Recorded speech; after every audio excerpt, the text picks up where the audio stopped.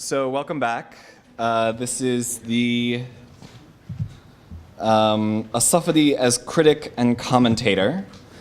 My name is Matthew Keegan. I am a PhD student at New York University, and I will be starting in the fall at the American University of Sharjah. And I just want to thank Adam Talib and Hadees Muhammad, the two co-panelists at last year's Mamluk Studies.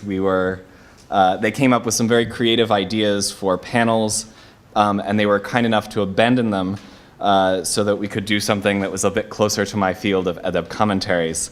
But it's a real pleasure to be part of this and to get to sort of connect on one author over the course of 3 papers. And also thank you to AUB and all the organizers and people who are helping out here. So, my paper is What is an Author?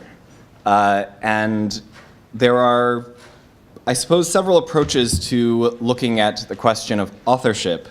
One of the more common ones is to sort of establish beforehand what you mean by an author, or just sort of assume beforehand what you mean by an author, and to use it as an analytical category, right? So if you look for signs of authorship in a text, you look for what you assume authors do, which is shape texts or create something different or new than what you found before, as opposed to just copying what they found in previous texts. So if you're looking for fingerprints of authorships in anthologies or whatnot, this is using a particular notion of authorship as an analytical device or a heuristic device. Or you could sort of have a radical theory of authorship. But in either case, what you're doing is you're sort of setting out beforehand what you mean by an author, and then sort of coming to the text. There are other approaches that tend to be used by modernists, where they basically just take pre-modern authorship as the other of modern authorship. So they recognize that modern authorship is a historically contingent category. But they sort of say, okay, everything that happened before that is something other than that. So there isn't the same notion of creativity or what have you. What I'm trying to do here is explore the notion of authorship in the theories of authorship at a particular historical time, while recognizing that these notions of authorship change over time and are diverse at any given time. But to actually explore the ways that people theorize authorship at different periods. Now, several years ago, I came across Ibn al-Athir's al-Mathal al-Sa'ir fi al-Adab al-Katib wa-Sha'ir, and it caught my eye because I was looking at Hadith Commentaries, and there were 2 commentaries on Ibn al-Athir's al-Mathal al-Sa'ir, one by Ibn Abi al-Hadid, and the other by Khalil ibn Aybak al-Safadi.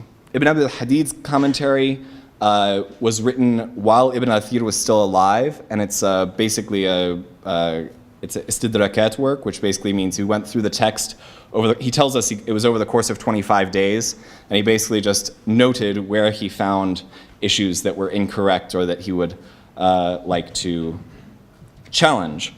Khalil ibn Aybak al-Safadi's is quite a bit more digressive and interesting. Now, to look at the text itself, Ibn al-Athir and Ibn Abi al-Hadid died about a few decades before the rise of the Mamluks, but of course I will get to the Mamluk period with As-Safadi.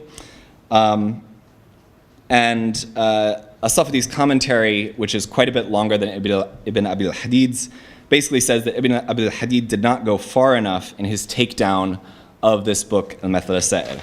So let's get a quick sense of what Ibn al-Athir's work is about.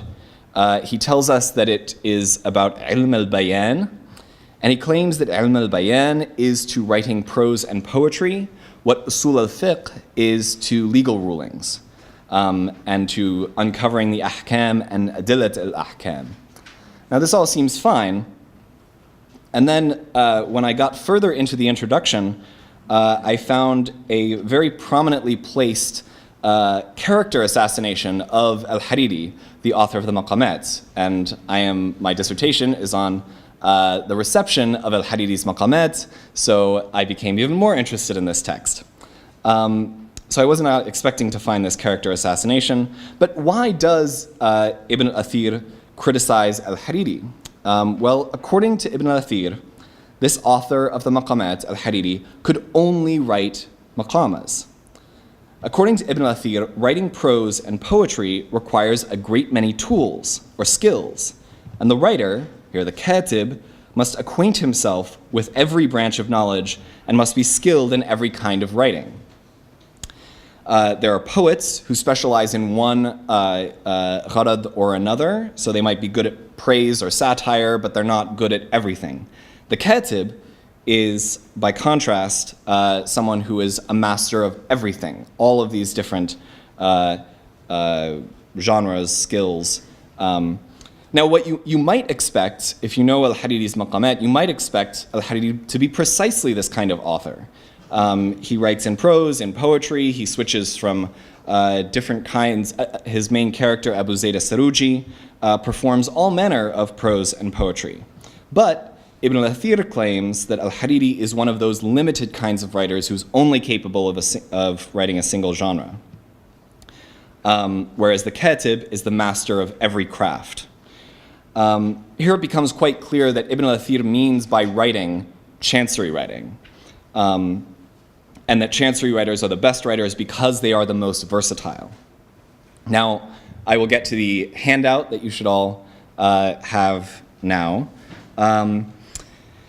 Ibn al-Athir recites a particular story about al-Hariri in order to prove that al-Hariri was limited to the maqamat and was not capable of chancery writing.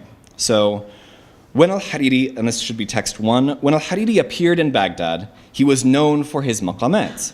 So, and these are sort of rough translations, but so it was said, this man is suitable for bureaucratic writing, kitabat al-insha, in the chancery of the caliph. He was brought into the diwan, presumably, and he was charged with writing a kitab. And he was incapable of composing anything. His tongue was not capable of either prolixity or terseness. And then there's a little poem about al-Hariri, which I've skipped here. There are those who are amazed at this, he says. I was asked about it, and I said, it's not amazing because the entire scope of the maqamat is in the manner of storytelling, hikayah, which escapes to a place of safety. As for epistolary compositions, they are an ocean without a shore, because their contents can change with every new day's events. So Ibn al-Athir here is interested in showing that mastery of the maqamat does not mean mastery of the craft of chancery writing, which is sometimes called insha, here with a specifically technical meaning, but is also called tarassul throughout this passage. Now, in other words, this biographical anecdote is less about attacking al-Hariri per se, but rather about making an argument about that the authorship of stories like hikayat require less skill because it gives the author flexibility, whereas chancery writing is constrained by the specific demands of the real world, technical terms, power, all the things that are happening. Now, according to Ibn al-Athir, he then goes on to say that a chancery writer is able to produce prolifically, and that this was a sign of a higher degree of skill with the chancery writer. Ibn al-Athir points out that an epistolary writer in the diwan would, over the course of 10 years, write more than 10 volumes, and each of these volumes would be bigger than the maqamat of al-Hariri. So, and if you only took half of what you wrote over 10 years, you would still find in it amazing sort of ajaib and gharaib. Now, given that the maqamat was a widely taught text at this time, widely commented on, widely circulating, it might also be the case here that Ibn al-Athir is tired of people claiming, and this is speculation, to be masters of chancery writing because they had studied the maqamat. But more than quantity, it's this issue of versatility and mastery that Ibn al-Athir is interested in. And this is another text on your handout. Ibn al-Athir calls him a man of the maqamat. And he quotes Ibn al-Khashab, the grammarian, who used to say, Ibn al-Hariri, there's al-Hariri here, is a man of the maqamat. That is, he did not excel in prose discourse except for those, i.e. the maqamat. If he said something else, it was as if he had said nothing at all. Now, another writer writing just a few years before the fall of Baghdad to the Mongols also told a story about al-Hariri working in the diwan, or having an encounter in the diwan, but the story that he tells is quite different from the one that Ibn al-Athir tells. And this is Yaqut, also in your handout. Now basically he tells a story of al-Hariri coming to the diwan and saying, I am the master of everything to do with the qalam. And then the people in the diwan challenge him to extemporize answers about everything to do with writing, and he answers them the best possible answers. So here, and I'm not going to read out this passage, it's rather long, but it's in your handout if you'd like to look at it. So here, al-Hariri, according to Yaqut's story, proves himself in Baghdad through his improvisational ability in the chancery. He was not known for his maqamat when he arrived in the chancery, so that was not, it wasn't suggested that his mastery of the maqamat was about, would suggest his mastery of kitaba. But more importantly, al-Hariri achieves his fame and his renown in Baghdad, according to Yaqut, by proving in a performative oral format that he has mastery over everything to do with writing, everything to do with the qalam. He is not a man of the maqamat. Now, the historicity of these stories is completely immaterial for me, or at this particular analytical juncture. And the fact that al-Hariri did, in fact, compose rasa'il, which are maintained or survive in Ahmad ad-Din al-Isfahani's Kharida, is also sort of not particularly important for what's going on here. What's important for us is that these two biographers, Ibn al-Athir writing this biographical account, and Yaqut in his biographical dictionary, have two very different ideas about whether al-Hariri was a good writer or not. But they both assume that a master of writing should be capable of performing in the diwan and of improvising certain kinds of writing. They share an underlying assumption that mastery of writing implies a mastery of improvisational composition and a mastery of the whole tradition of writing, everything to do with the qalam. And this tradition of identifying authorial mastery with improvisation, this is something we can find in Al-Jahith, in stories about Al-Hamadani, who is supposedly capable of extemporizing extremely eloquently. So what's the point? Well, these two biographies that emerged just before the Mamluk period help us to mark what I think is a shift in conceptions of authorship. When As-Safadi writes his commentary on Ibn al-Athir's work, he actually accepts Ibn al-Athir's biographical account of al-Hariri's failure in the diwan. He knows Yaqut, so he could choose either one. But he calls Ibn al-Athir's story about al-Hariri's failure in the diwan the famous story. So instead of giving voice to Yaqut's story, As-Safadi accepts this negative story, but then he makes the claim that this story, actually properly understood, has no bearing on al-Hariri's sort of excellence as an adib. As-Safadi's response to Ibn al-Athir is as follows. He argues that al-Hariri's inability to write in the diwan should not be any wonder at all, because after all, writing is a kind of revelatory experience. That is, writing is an inspired activity, not one that derives from mastery of the craft of writing. And this is As-Safadi in the handout. I say, as for the amazement of the people at al-Hariri's mishap, it is a matter of amazement only superficially. For indeed, it would be strange that someone who produces a book such as the Maqamat, which has no peer in its category, would then hesitate regarding a piece of writing upon request. However, if one were to think it over and to know that writing takes place for a person in the manner of revelation, al-insha min bab al-futuh al-insan, then that would not seem strange, because God might send revelation at one time and not another. The Sheikh, Muhyiddin ibn Arabi, considered the composition of poetry and beautiful writing to be a kind of revelation. People go along in this manner, sometimes receiving revelatory inspiration and sometimes not receiving revelatory inspiration. Al-Hariri, in that moment, was not inspired. So for Yaqut and Ibn al-Athir, writing was a matter of mastery, right? Mastery leads necessarily to an ability to produce learned discourse and beautiful prose on demand. Writing, in this case insha, referring to any kind of composition, had become for a Safadi a matter of revelation.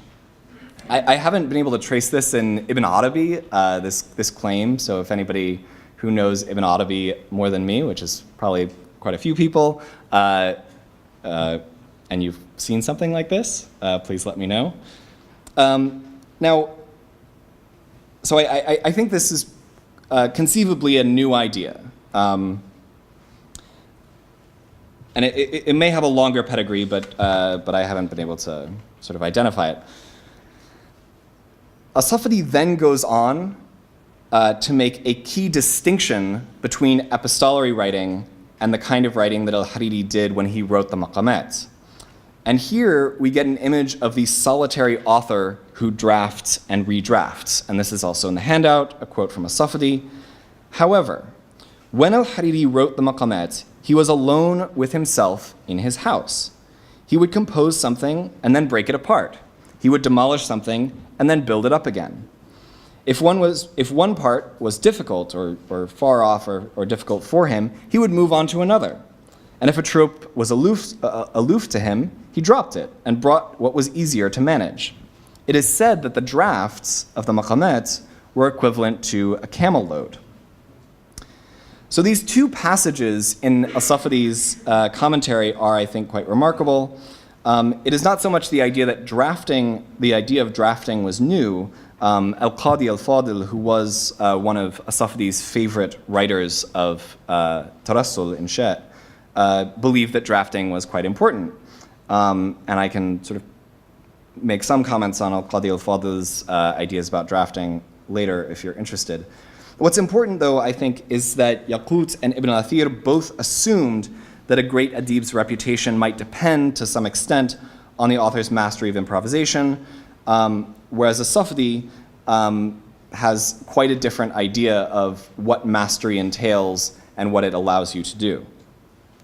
So As-Safadi also notes that he has never met anyone who studies epistolary writing, Tarassul, who had not studied the Maqamat. But As-Safadi also insists that the reader should not reduce the Maqamat to epistolary writing. So again, he's trying to distinguish between Tarassul and what is happening in the Maqamat. So whereas Ibn al-Athir claims that the Chancery writer is much more prolific, As-Safadi points out that this is no advantage. And this is another quote from the handout. What scribe from ages past until today has collected his epistolary writing into a single volume that compares to the Maqamat, and that people circulate it, pass it to one another like cups of wine, imitate its verses and its rhyming prose, read it repeatedly from beginning to end and search for its gaps, and dig up its shortcomings, not finding any fault in it? And that's one aspect of his comparison between Tarassul and the Maqamat.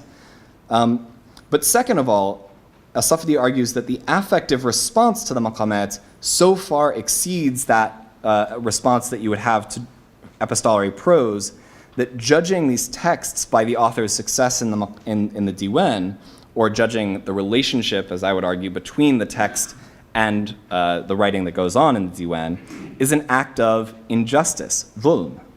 So speaking of his favorite passage in the Maqamat, As-Safadi has this to say, and this is also in your handout. As for me, every time I read this passage or remember it, I find that it is intoxicating like the intoxication of wine, and possesses a delightfulness that is like the delight of the night travel at daybreak. In what epistolary writing do you find a peer for this passage?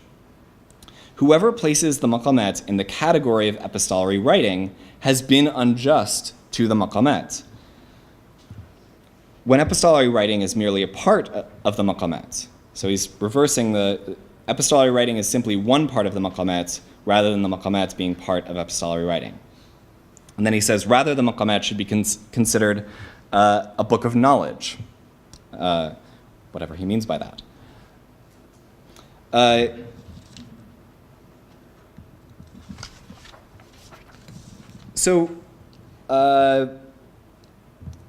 And this is a point that he comes back to later in the commentary, the relationship between adab and tarassul, that tarassul is simply part of adab rather than adab being part of tarassul, which is what Ibn Athir seems to claim. Now, what's important here is that commentaries contain, like the commentaries of a Safdi contain important material on what we would call literary criticism. Safdi's project here is to restore the reputation of al-Qadi al-Fadl and al-Hariri, and he does this throughout his commentary. And some of that material consists of biographical contestation. So these early responses to the maqamat use biographical representations of the author in order to contest the way that the text relates to its context in society. So Ibn Athir, Yaqut, and then As-Safdi are using biography to negotiate the maqamat's relationship to chancery writing. As-Safdi, interestingly, accepts the negative portrayal, reinterpreting it, but in the process, he produces this, what I take to be a new idea of what an author is, which is someone who is a solitary writer who works on his own time, and whose works are inspired in a revelatory manner. Now, this way of understanding how authorship works, I think, is a new way of understanding adab authorship, and a new way of mapping the relationship between adab and insha. And of course, these were all contested and challenged by other groups. So again, it's historically contingent and diverse within a particular time. But I think, again, a striking idea of what writing might consist of. Thank you.